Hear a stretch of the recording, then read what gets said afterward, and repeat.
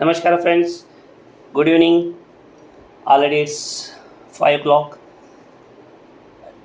ಇವತ್ತು ನಾನು ಬಿಜಾಪುರಿಗೆ ಹೋಗಬೇಕಾಗಿತ್ತು, ಆದರೆ ಕೆಲವು ಕಾರಣದಿಂದ ಹೋಗಿಲ್ಲ ಮತ್ತು ಬಿಜಾಪುರಲ್ಲಿ ಕೂಡ ನಮಗೆ ಪರ್ಮಿಷನ್ ಸಿಕ್ಕಿಲ್ಲ.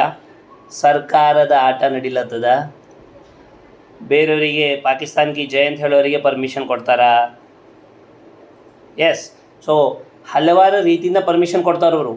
ಆದರೆ ಸ್ಟೂಡೆಂಟ್ ಅವನು ಹೋರಾಟ ಮಾಡಬೇಕು, ಅವರ ಹಕ್ಕಕ್ಕಾಗಿ ಏನು ನ್ಯಾಯ ಕೇಳೋದಕ್ಕೆ ಹೋಗಿದರೆ ಬೇಕೇ ಬೇಕು, ನ್ಯಾಯ ಬೇಕಂದರೆ ಇಲ್ಲ, ಬೇಕೇ ಬೇಕು, ಚೊಂಬು ಬೇಕು, ಈ ಥರ ಅಂತ ಸರ್ಕಾರ ಇವತ್ತೇ 4 ಲಕ್ಷಗಳ ಹುದ್ದೆಗಳು ಖಾಲಿ ಇದೆ ಅಂತ ಹೇಳತ್ತಾರೆ.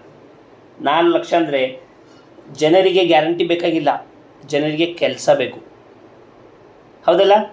So we want jobs, not the guarantees. ಎರಡನೇದು, ಸರ್ಕಾರ ನಮ್ಮ ಸ್ಟೇಟ್ ಮೇಲೆ ಎಷ್ಟೊಂದು ಸಾಲ ತಗೊಂಡು, ಲೋನ್ ತಗೊಂಡು, ಯಾಕಂದರೆ ನಾಳೆ ಭವಿಷ್ಯದಲ್ಲಿ ಟ್ಯಾಕ್ಸ್ ನೀವೇ ಕಟ್ಟಬೇಕು. ಅದು ಮತ್ತು ಇನ್ನೊಂದು, ಮುಂದಿನ ಬಾರಿ ಸರ್ಕಾರ ಬರ್ತದಿಲ್ಲ, ಗ್ಯಾರಂಟಿ ಇಲ್ಲ. ಬಿ ಜೆ ಪಿನೂ ಬರ್ತದೆ ಅಥವಾ ಕಾಂಗ್ರೆಸ್ನೂ ಬರ್ತದೆ, ಎರಡೂ ಬರಲ್ಲ ಮೋಸ್ಟ್ಲಿ. JCB ಪಾರ್ಟಿ, ಯತ್ನಾಳ್ ಅವರು ಹೊಸದಾಗಿ ಪಾರ್ಟಿ ಓಪನ್ ಮಾಡೋ ಇದ್ದಾರೆ, ಆ ಪಾರ್ಟಿದಾಗ ಮ್ಯಾಕ್ಸಿಮಮ್ ಯೂತ್ಸೇ ಇರ್ತಾರೆ. ಸೊ ಅದಕ್ಕಾಗಿ ಫ್ರೆಂಡ್ಸ್, ಯೂತ್ಸ್ ಅಂದರೆ ಪ್ರತಿಯೊಂದು ವಿಷಯಕ್ಕೆ ಅಥವಾ ಪ್ರಾಬ್ಲಮ್ಗೆ, ಸಮಸ್ಯೆಗೆ ಪರಿಹಾರ ತಗೊಂಡು ಬರೋದು ಯೂತ್ಸ್ ಅಂದರೆ ಯಂಗ್ ಬ್ಲಡ್, ಕುದೀತಾ ಇರೋದು ರಕ್ತ, ಅದು ಅಂದರೆ ಯೂತ್ಸ್. ಯಾರು ರಕ್ತ ಕುದಿಯಲ್ಲ ಅವರು ಯೂತ್ಸ್ ಅಲ್ಲ, ಅವರು ಮುದುಕರು. ಪಾಪ ಅವರು ಮುದುಕರು, ಇವತ್ತಿನ ಮುದುಕರು ಯೂತ್ಸ್ ಆಗಿಬಿಟ್ಟಿದ್ದಾರೆ. ಮತ್ತು ನಾವು ಎಲ್ಲ ಯೂತ್ಸ್ ಅವರು ನಾವು ಮುಚ್ಕೊಂಡು ಕೂತ್ಕೊಬೇಡ್ಲತ್ತೀವಿ, ನಾವು ಮುದುಕರು ಆಗಿಬಿಟ್ಟಿದ್ದೀವಿ.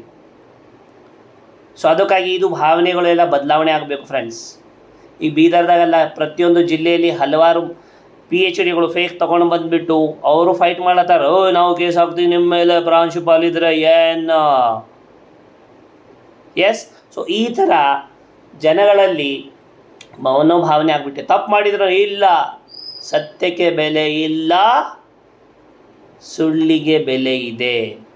ಹಾಗಂದರೆ ನಾವು ಬೇಕಾದ್ರೆ ಏನು ಬೇಕಾದ್ರೆ ಮಾಡ್ತೀವಿ, ಸುಳ್ಳು ಅಂದ್ಕೊಂಡೇ ಮಾಡ್ತೀವಿ, ಅದು ತಪ್ಪೇನದ? ಎಸ್. ಸೊ ಫ್ರೆಂಡ್ಸ್, ಇವಾಗ ಬೀದರ್ನಲ್ಲಿ ನಾನು ಪತ್ರಿಕಾಗೋಷ್ಠಿ ಅಥವಾ ಪತ್ರಿಕಾ ಭವನದಿಂದ ಒಂದು ನ್ಯೂಸ್ ಮಾಡೋಣ ಅನ್ಲತ್ತೀನಿ. ನೀವು ಯಾವಾಗ ಫ್ರೀ ಇರ್ತೀರಿ ನನಗೆ ಮೆಸೇಜ್ ಮಾಡಿ ಹೇಳ್ರಿ. ಅದೊಂದು ನ್ಯೂಸಲ್ಲಿ ಬೀದರ್ ಡಿಸ್ಟಿಕಲ್ಲಿ SOP ಇಂಪ್ಲಿಮೆಂಟ್ ಅವರು ಅರ್ಧ ಮಾಡಿದ್ದಾರೆ, ಅರ್ಧ ಮಾಡಿಲ್ಲ, ಇನ್ನು ನಡೆದಾಗ ಅದು ನಡಿಲತ್ತದ. ಹಿಂಗೆ ಅದು ಆಯ್ತದಿಲ್ಲ ಗೊತ್ತಿಲ್ಲ. ಆಗಿಲ್ಲ ಅಂದರೆ ನಾವು ಬಿಡಲ್ಲ. ಸೊ ಅದಕ್ಕಾಗಿ ಎಚ್ಚರಿಕೆ ನೀಡ್ಲತ್ತೀನಿ. ಈ ವಾರದ ಒಳಗಡೆ ನೀವು SOPನ ಕರೆಕ್ಟಾಗಿ ಇಂಪ್ಲಿಮೆಂಟ್ ಮಾಡಿಬಿಟ್ಟು ಏನು ಮಾಡಿಲ್ಲ ಅಂದ್ಕೊಳ್ಳಿ, ಆಮೇಲೆ ನಿಮಗೆ ನೋಟಿಸ್ಗಳು ಎಲ್ಲೆಲ್ಲಿ ಬರ್ತದ ಅದು ನೀವೇ ವಿಚಾರ ಮಾಡಿ. ಆಮೇಲೆ ನಾವು ನಿಮಗೆ ಹೇಳಲ್ಲ, ಡೈರೆಕ್ಟ್ ಏನಾಯ್ತದ ಅದು ಡೈರೆಕ್ಟ್ ಕಾನೂನು ಪ್ರಕಾರ ಆಯ್ತದ ಆಮೇಲೆ.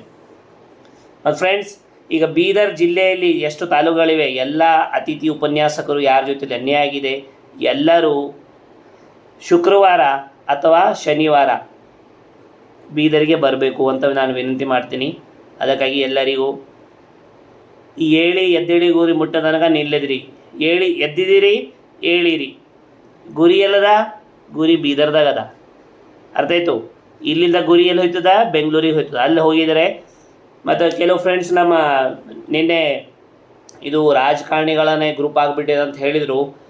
ಸರ್, ಇದು ರಾಜಕಾರಣ ಅಲ್ಲ, ಇದು ನ್ಯಾಯಕ್ಕಾಗಿ ಹೋರಾಟ ಅದ.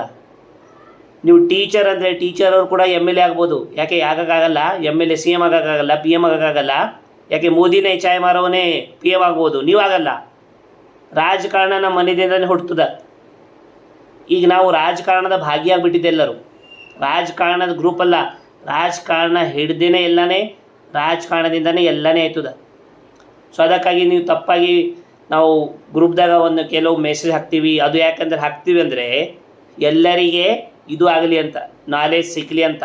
ನಾವು ಫೇಮಸ್ ಆಗೋದಕ್ಕಲ್ಲ. ಫೇಮಸ್ ಆಗೋದ ನಮ್ಮ ಹಲವಾರು ಆ್ಯಪ್ಸ್ ಇವೆ ಸೋಷಿಯಲ್ ಮೀಡಿಯಾದಲ್ಲಿ. ಯೂಟ್ಯೂಬ್ ಇದೆ, ಇನ್ಸ್ಟಾಗ್ರಾಮ್ ಇದೆ, ಟ್ರೆಂಡ್ಸ್ ಇದೆ, ವಾಟ್ಸಪ್ ಅಂತಲ್ಲ. ಇದು ಎಲ್ಲರಿಗೆ ಎಚ್ಚರಿಕೆ ಆಗಬೇಕು. ಎದ್ದೇಳಿ ಕಣ್ಣು ಓಪನ್ ಮಾಡಿ ನೋಡಿರಿ.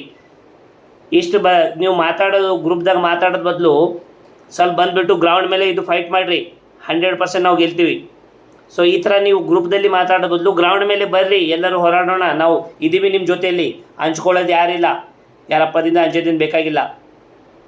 ಸೊ ನಾನು ಇದು ಹೇಳತ್ತೀನಿ ಅಂತ ನಿಮ್ಮ ಮನಸ್ಸಿಗೆ ಇದು ಆಗ್ತಿರ್ಬೋದು, ಆದರೆ ನೀವು ಎದ್ದೇಳಬೇಕಂತ ಹೇಳತ್ತೀನಿ ಸರ್. ಗ್ರೂಪ್ದಾಗ ಮಾತಾಡೋದಲ್ಲ, ಎಲ್ಲರ ಮುಂದೆ ಬಂದು ಕೂತ್ಕೊಂಡು ಮಾತಾಡಬೇಕು, ಎಲ್ಲರಿಗೆ ಹೇಳಬೇಕು ನಮ್ಮ ಸಮಸ್ಯೆಗೆ ಪರಿಹಾರ ನಾವೇ ಮಾಡಬೇಕದು, ಬೇರೆ ಯಾರು ಬರಲ್ಲ. ಸೊ ಫ್ರೆಂಡ್ಸ್, ಮೆಸೇಜ್ ಮಾಡಿ ಬೀದರ್ ಜಿಲ್ಲೆಯವರು, ಗುಲ್ಬರ್ಗಾ ಜಿಲ್ಲೆಯವರು ಹೇಳಿ, ಮತ್ತು ಕರ್ನಾಟಕದಾಗ ಏನಾದರೂ ಸಮಸ್ಯೆನೂ ಆಗಲತ್ತಂದರೆ ಮೆಸೇಜ್ ಮಾಡಿ ನಮಗೆ ಪ್ಲೀಸ್. Thank you.